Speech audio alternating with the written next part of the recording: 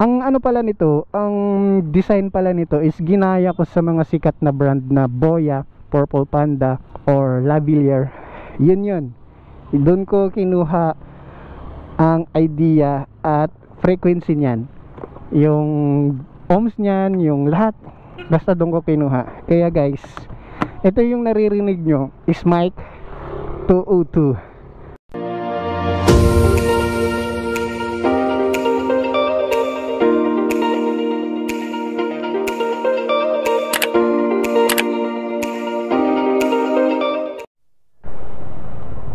Sup guys, i-update lang natin ang ating product, no, kasi may bago tayong product, no. So i-explain ko na rin dito kung ano yung pagkaiba ng braided wire tsaka bobbin, bension, lahat ng ginagamit nating materyales, at bakit merong GoPro vibration at tsaka basic sa mga Shopee checkout natin at saka sa Lazada. So may bibilhin lang tayo guys. Gamit pala natin ang mic 202 ngayon at naka open visor check tayo. Para to sa mga sa mga nagtatanong or nalilito, ano ba yung gagamitin nila, ano ba yung i-check out nila, bakit may GoPro, bakit may straight, bakit may L, bakit may braided wire. Yun ang pag-uusapan natin. Bibili lang tayo guys. Meron po kayong shifter cable lang sir? Meron sir. Magkano po? So ito guys, explain natin dito. Dito tayo. Isa-isahin natin yung product natin, okay? Ito kasi yun.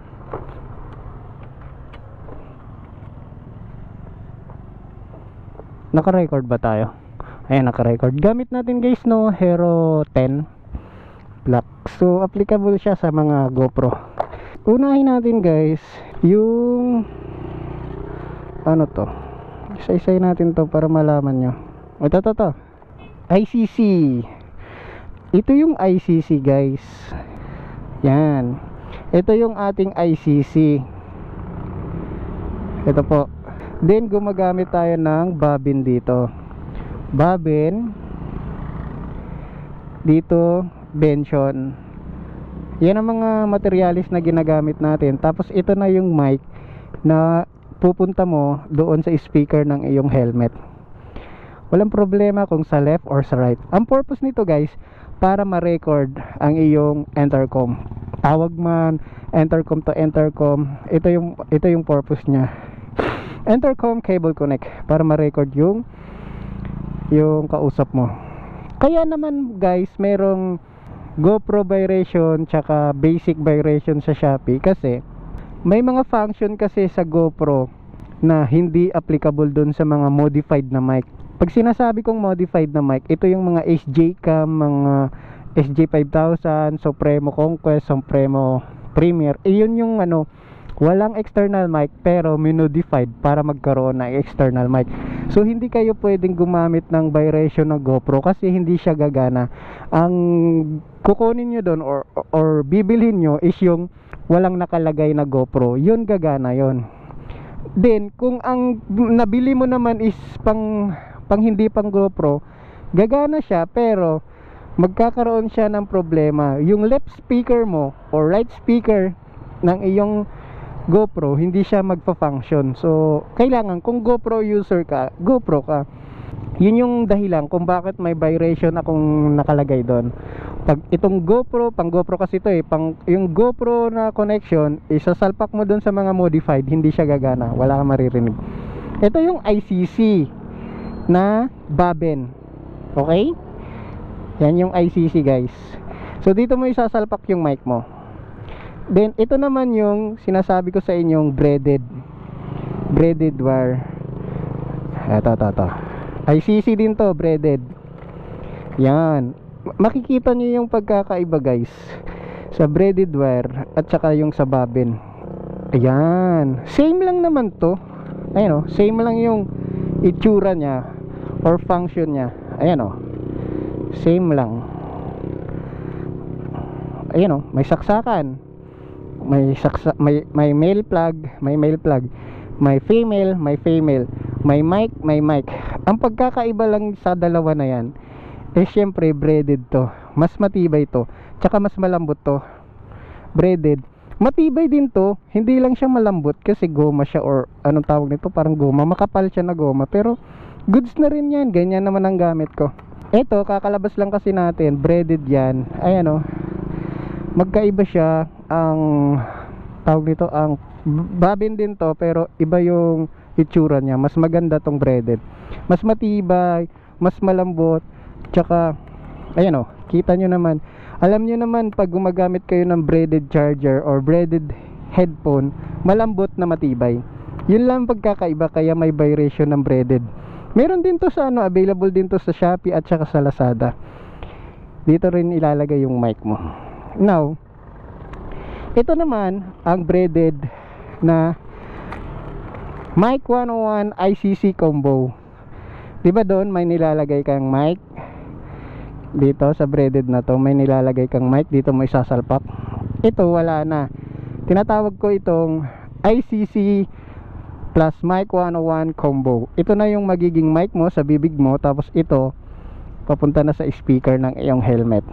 So lahat ng sasabihin mo marirecord doon sa iyong action cam, pati ang iyong intercom. Basta ilagay mo lang to, ididikit mo lang to, or itatabi mo lang sa speaker, ganyan. Sa akin naka-tape lang na ganun lang. Yan yung ICC mic 101 combo. Now guys, meron din tayong ito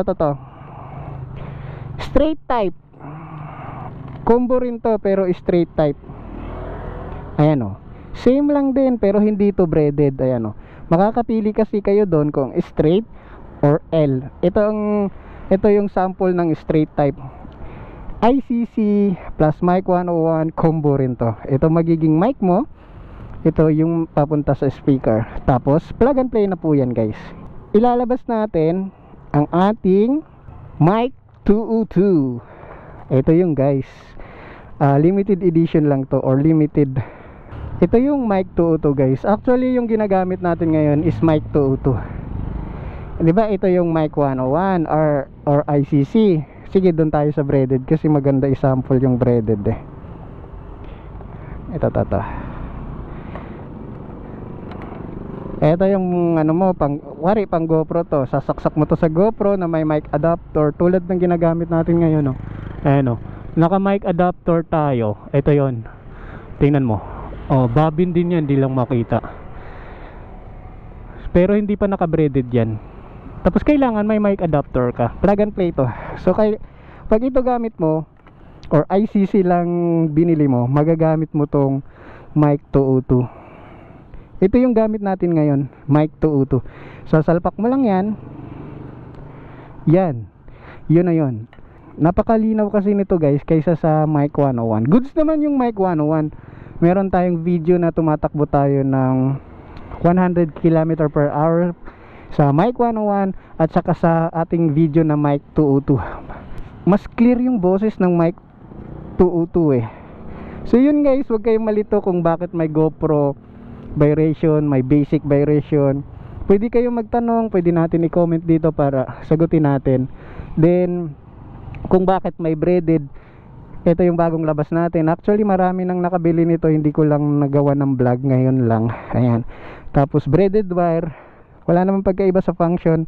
Ang pagkaiba lang, yes, naka-braided tayo. Ayan o, braided. Tapos yung mic 202 natin na limited lang. Ang angas niyan guys. Ang ano pala nito, ang design pala nito is ginaya ko sa mga sikat na brand na Boya, Purple Panda, or Lavalier. Yun.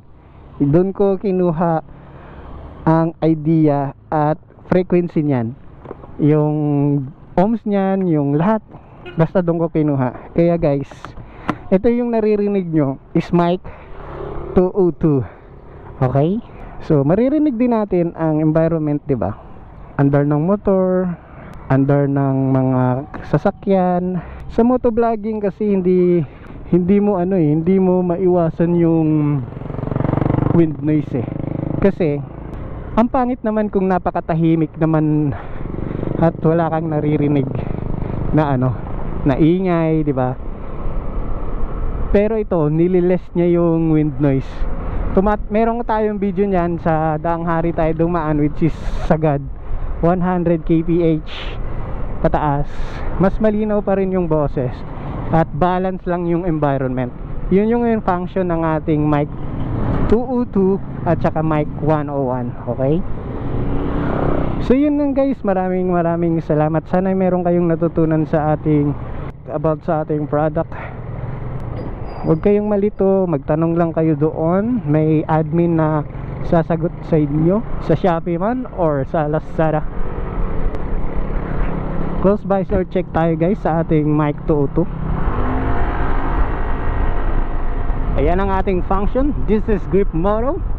Kung gusto niyo mapanood ang full review ng ating mic 202, meron tayo sa YouTube. Nag-upload lang ako doon.